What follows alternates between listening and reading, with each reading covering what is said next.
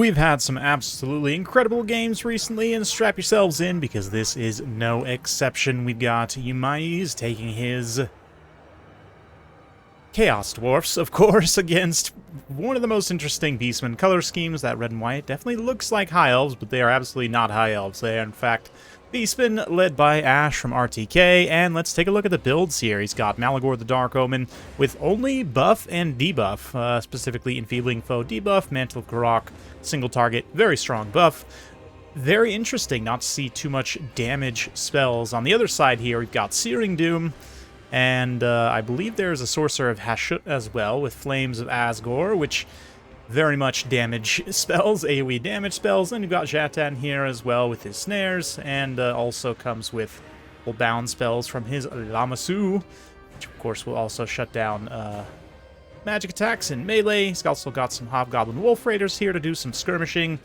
Looks like Sneaky Gits in the back, along with some regular Laborers, and a couple of Spear Wolf Raiders as well. And for the Beastmen, looks like some throwing axes. Yep, Centaur's throwing axes, very good. A couple of Minotaur's weapons as well.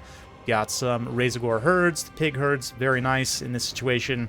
And Ungor spearman herds, gore herds, Bestigore, Pestigore, all sorts of different gores. Let's get to it.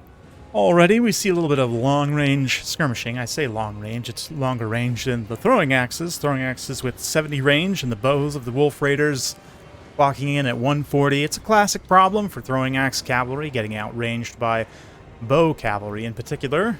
But let's see, it looks like the Wolf Raiders are going to move into melee, try and push back the Centaurs. They're going to waste some of their throwing axes in melee here as well. We see a little net drop, the sadistic snare from Jatan, and we're going to see a big escalation as both players kind of pile in all sorts of stuff. We've got all the single entities charging in for the Chaos Dwarfs, Minotaurs, Razorgores, Pestigores, all the things here. And let's check for some buffs. Enfeebling Foe active currently on the Minotaurs. Okay, so the bound Enfeebling Foe being used already there to burn one Minotaur down. You see lots of range damage coming in from the Wolf Raiders, move back into kind of traditional skirmish position. Fire downtown at the Minotaurs. One Razorgore also gets routed there. I see a buff coming in. It's looking like Mantle of Garok. It's going to go on this Minotaur unit. It's hard to get their card up, but maybe. Yeah, something's happening there. Yep, there it is. Mantle of Garok. You can see massive buff. Flames of Asgore going to be used, though, and that AoE damage is strong enough to even get through Monstrous Infantry. You can see the Minotaurs there just get decimated by that. And immediately the Beastmen are going to have to switch into more of a kite phase here, pull back all the Centaurs, let them use their throwing axes a bit here, and try and bring some pressure up and around to get at these Wolf Raiders if he can. Meanwhile, out on the flanks here, Sneaky Gits have done okay. Looks like a little bit of a mixed bag from an infantry standpoint. Some of them are going out to contest that conquest capture objective. When you're seeing this, I don't know, 6.3, I guess they didn't actually release it because there were some issues on AMD graphics cards. I think what they actually technically only put out in the beta while they work on a fix. I can't remember exactly the status of that, but anyway.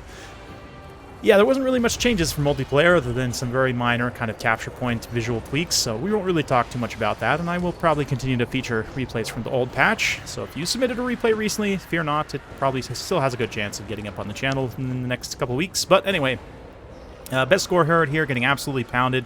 And yeah, both players just kind of repositioning, cleaning up their respective sides of the battlefield here as these Laborers and the two Sneaky Gits just get absolutely slapped down by the Beastmen. Pestigores getting ransacked by the Chaos Dwarfs. We've got the Gore Herds out there in open space looking to duel some Sneaky Gits perhaps.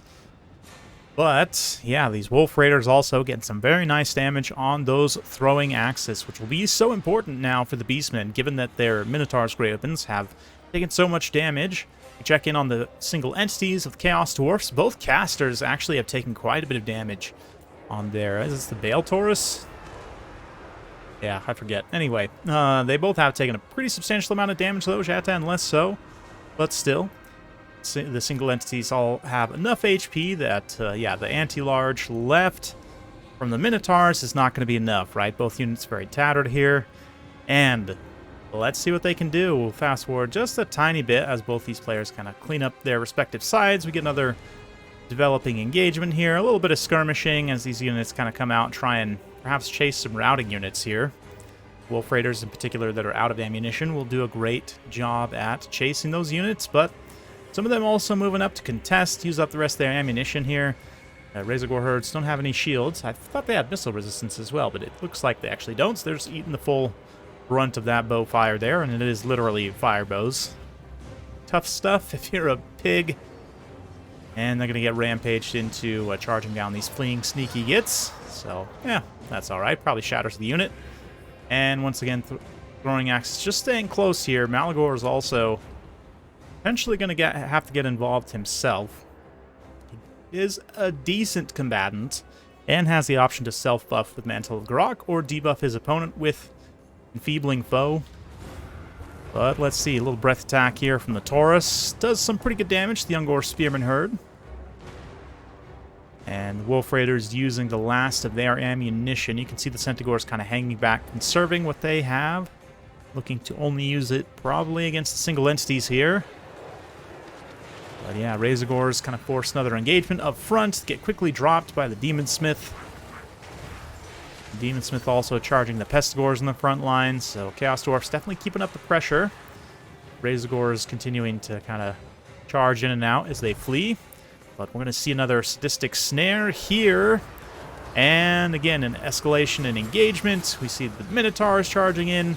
Pestigores, I'd imagine we're going to see the single entities drop as well. Yep, to the Chaos Dwarfs, little Searing Doom here. Trying to do some AoE damage to these cavalry, which Searing Doom is very good at generally against cavalry. Yeah, I can see the Centaurs getting wrecked by that. Meanwhile, this Centaur here charges in, and yeah, this Hobgoblin Wolf Raider gets significantly smashed, and then also is going to get an upgraded Enfeebling Foe. Odd to use it on such a cheap unit, but from a win condition perspective, like just being able to win this fight decisively with the Centaurs and not take much damage in the process is going to be pretty important, just because those Centaur models really don't want to be losing them if at all possible. They do manage to beat down, I mean, no surprises there, that one Hobgoblin Wolf Raider. It helps the Centaur stats are just straight up superior in general. That charge bonus allows them to finish off, looks like the other Wolf Raider, but a Searing Doom going to come in.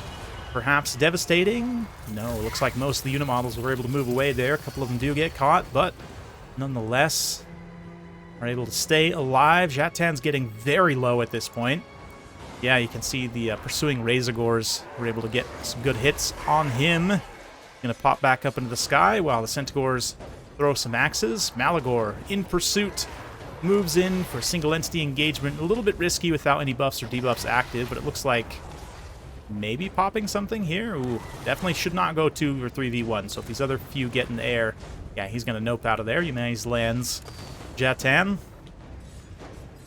and affords Malagor the opportunity to get away. I mean, I don't think the Demon Smiths would have been able to get in the air anyway, because they're kind of tangled up with some ground units, but Centaurs get close once more, just throwing at whatever single entities they can, which at this point, that's pretty much all Chaos Dwarfs have left.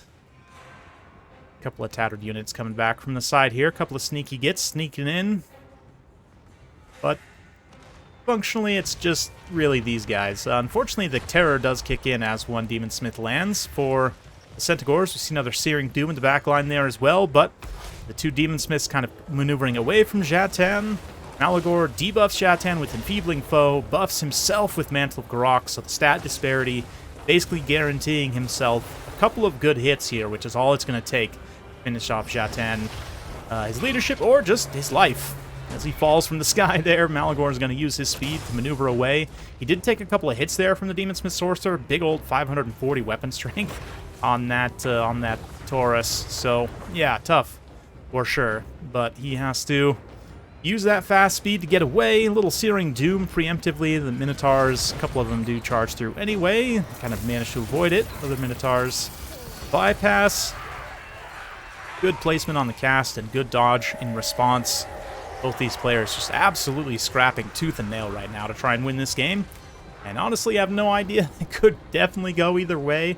Beastmen right now a little bit behind on the balance of power, but yeah, we shall see. These Pestigores right now holding very admirably, despite the Minotaurs shattering. We see an Enfeebling Foe upgraded once more, and Malagor's going to come to the ground now with his back up, wants to fight alongside the Pestigors if at all possible. Hobgoblin Sneaky gets getting through, and we do see another Searing Doom coming down. Looks like the Centaurs with throwing axes were able to recover their leadership, do some skirmishing with this Demon Smith as they're running over. Just as the Pestigors rout, Centaurs arrive, continuing to capitalize on that enfeebling foe and give Malagor some extra safety through other units that will be taking the hits instead of him. That said, they don't last long in melee combat. This one actually gonna not even land their charge before they get terrified away. But once again, Malagor popping a Mantle of Garrock on himself. Absolutely juiced to the gills with 71 melee attack, 600 weapon strength.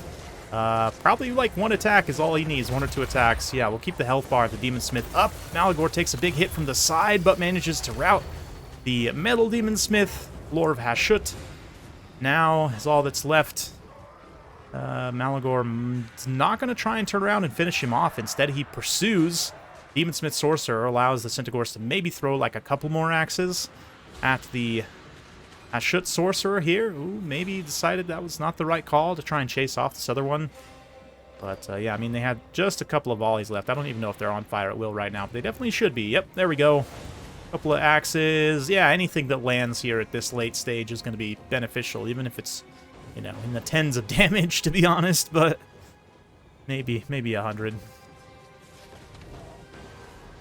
Yeah, that critical last few volleys. Getting the Demon Smith down. Ooh, below 1700, not quite. Maybe, yeah, yep, down to below almost 1500. Okay, wow. The leadership starts to waver. Malagor smells blood, maybe, perhaps. Ooh, he's looking for the side or rear angle charge. You see him kind of faint out and come back. Gets the leadership break and manages to win an incredibly close game. We've had some absolutely barn burner worthy games lately. This is no exception. Big thanks to the mice for also sending in a loss. Always appreciate that. Both the Demon Smith Sorcerers are going to carry a massive amount of value here with their AoE damage. And just in general, having very strong single entities. Jatan's more of a distraction, kind of support lord in this guise. Doesn't actually get a ton of value in himself, especially considering how expensive he is. Then the Wolf Raider is also going to perform quite well in the counter-skirmish role. As for Ash, yeah, the infantry fight went pretty poorly against him, but just absolutely, I mean, except for, yeah, Bestigor, I should say, paid for themselves.